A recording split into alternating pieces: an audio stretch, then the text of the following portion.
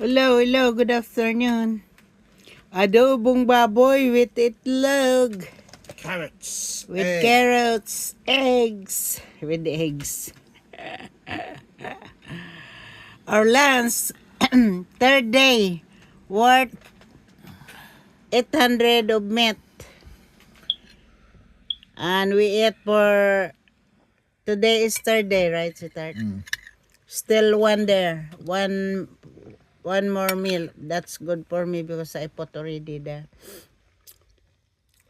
ampalaya vegetable.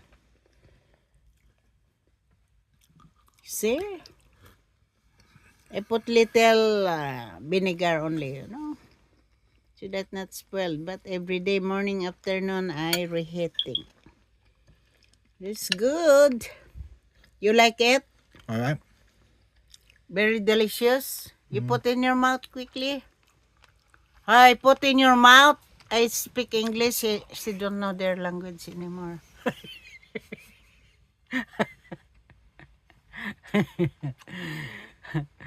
Reverse. See, eating egg.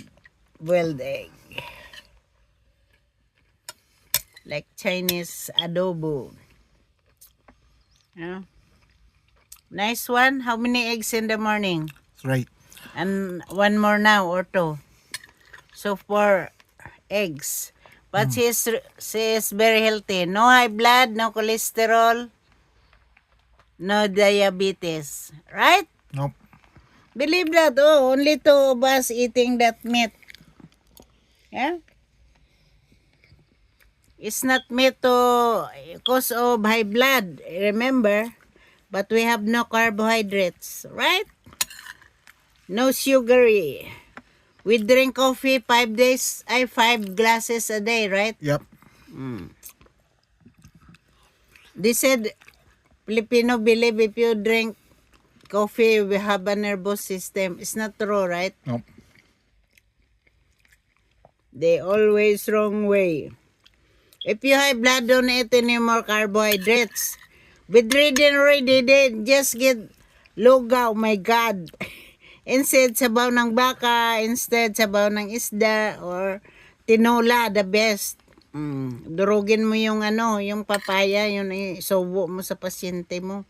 Kasi sa Taiwan, pag may sakit ka, ang merienda nila, nilagang baka. Nagang baboy. Yan. Not lugaw lang. What is lugaw? Only carbohydrate. Lalo ka high blood, get.